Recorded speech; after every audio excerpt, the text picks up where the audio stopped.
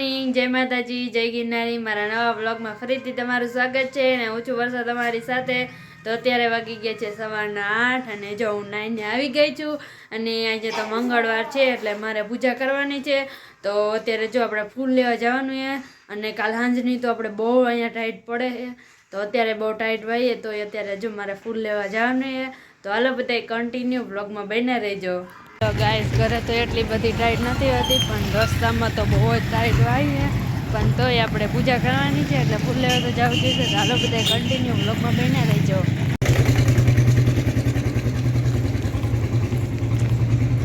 મને 10 ના ગુલાબ આપો તો। હા ફાઇનલી ગાઈસ તો આપણે ગુલાબ લઈ લીધા છે અને હવે ઘરે જઈને આપણે સીધી પૂજા જ કરવાની છે। તો હાલો બધા કન્ટિન્યુ બ્લોગમાં બન્યા રહેજો। ટાઈટ તો બહુ જ છે, અત્યારે બહાર નીકળ્યા જેવું નથી, બહુ જ ટાઈટ વાઈએ તો એને અત્યારમાં હું અહીંયા આવી છું ફૂલ લેવા, એટલે આપણે ફૂલ લઈ લીધા છે ને હવે ઘરે જવાનું છે। ફાઇનલી ગાઈસ તો હું ફૂલને હું લઈને આવી ગઈ છું અને હવે આપણે કરવાની છે પૂજા। તો હાલો બધા કન્ટિન્યુ બ્લોગમાં બન્યા રહેજો।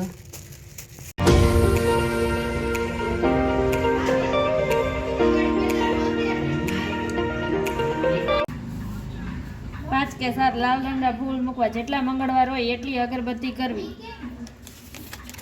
અને માની વ્રત કથા સાંભળ્યા વાંચી। સીતાપુર કરીને એક નાનકડું ગામ હતું। આ ગામમાં મગન અને તેની પત્ની ચંપા રહેતા હતા। ગામના છેવાડે એક માટીનું ઝૂંપડા જેવું મકાન હતું, તેમાં બંને પતિ પત્ની રહેતા હતા। તેમની સ્થિતિ ખૂબ જ દયાજનક હતી। બંને માણસ મહેનત મજૂરી કરીને પેટનો ખાડો પૂરી રહ્યા હતા। ક્યારેક ક્યારેક મજૂરી ન મળે ત્યારે તેમને ભૂખ્યા સુવાનો વારો પણ આવી જતો હતો। ચંપા ઘણીવાર પોતાના પતિને કહેતી, આપણે ગયા ભાવમાં કેવા પાપ કર્યા છે કે આ ભાવમાં આપણે આટલી ગરીબાઈ ભોગવવી પડી છે। આટલા દુઃખોમાં મોટામાં મોટું દુઃખી હતું એનો ખોળો ખૂનના ન હતા, યાની વાંઝા હતા। આમ છતાં પણ દુઃખો વેઠીને પણ બંને પતિ પત્ની હસતું મોં રાખીને જીવન પસાર કરતા હતા। એવામાં એક વર્ષ ચોમાસાના 4 મહિને એક ટીપું પણ વરસાદ પડ્યો નહીં। દુષ્કાળ જાહેર થાય અને ગામમાં ભૂખમરો ઊભો થયો। લોકો ગામ છોડી છોડીને પરગામ જવા લાગ્યા। મગન અને ચંપા પર જે કંઈ થોડો ઘણો સામાન હતો તે લઈને રોજીરોટી કમાવા માટે બહાર ગામ ગયા। તેઓ ફરતા ફરતા મજૂરીની તપાસ કરતા કરતા દરિયાકાંઠાના ગામમાં આવી ગયા।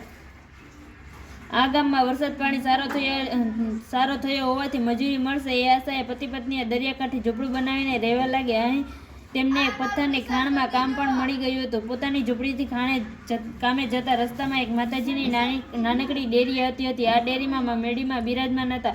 આ ડેરી આગળ ચંપા રોજ કામે જતા આવતા ઊભી રહેતી અને માને 2 હાથ જોડીને પ્રાર્થના કરી કે હે માં મેળી, આ ગરીબડીનો પોકાર સાંભળજે અને દુખડા દૂર કરીને સુખ શાંતિ આપજે માં।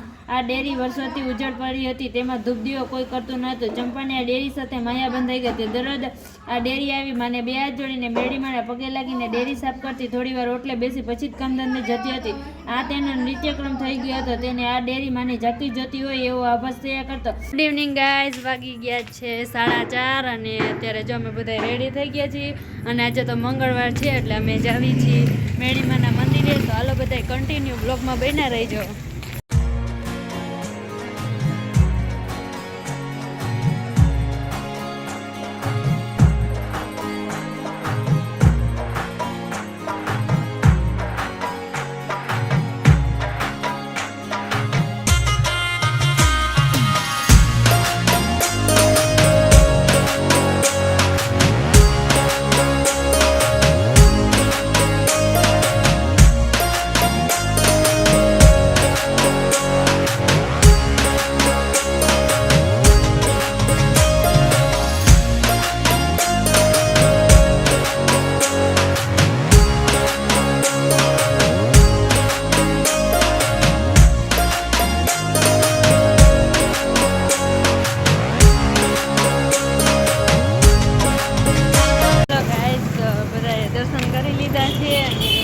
હવે અમે ઘરે જાય છીએ। તો હાલો બધા કન્ટિન્યુ બ્લોગમાં બન્યા રહેજો।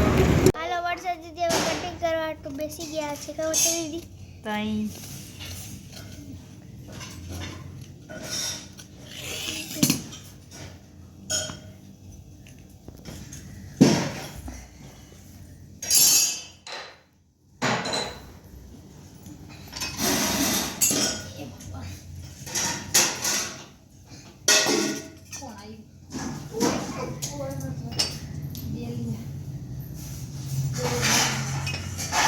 ડેરી બંધ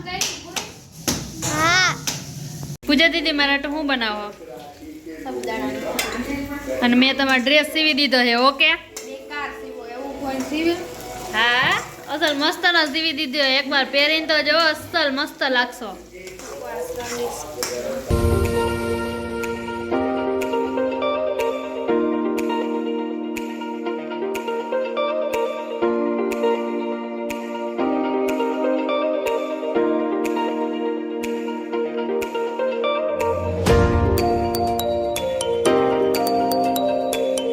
ગાઈસ વાગી ગયા છે 9:30 અને જો હું ફરાર કરવા બેસી ગઈ છું પૂજા દીદી આમ આપત ખરા આપણને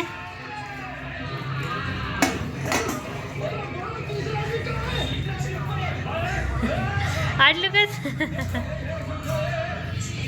બસ લ્યો હાલો તો આવી જાઓ બધા ફરાર કરવા હેલો ગાઈઝ વાગી ગયા છે રાતના 10 અને અત્યારે જો બધા વારોપાણી કરી લીધા છે અને મારે તો આજે મંગળવાર હતો એટલે આજે ફરાળ હતો તો ફરાળ મેં કરી લીધો છે અને જો બધા હવે સૂઈ જવાની તૈયારી કરે છે અને મારે પણ સૂઈ જવું છે પણ અત્યારે મેં કીધું હાલો અત્યારે વિડીયો એડિટિંગ પણ કરી લઉં મિની બ્લોગને અને અત્યારે તમને બધાને કંઈ પણ દઉં કે કાલે મારે મૌન વ્રત છે એટલે કે કાલે મૌન એકાદશી છે તો હું રહેવાની છું એટલે કાલે તો મારે મૌન વ્રત છે તો કાલે હું વ્લોગ તો બનાવીશ નહીં પણ ટ્રાય કરીશ કે મૂંગા વ્લોગ કેમ બને તમે બધાય પણ જોઈજો અને હાલો હવે અહીં જ વિડીયોનો એન્ડ થાય છે જો તમને વિડીયો ગમ્યો હોય તો વિડીયોને લાઇક કરજો શેર કરજો અને સબસ્ક્રાઈબ કરજો અને વિડીયો કેવો લાગ્યો કમેન્ટમાં જરૂર કહેજો કાલે આપણે મળશું એક નવા વ્લોગ સાથે ત્યાં સુધી બધાને બાય બાય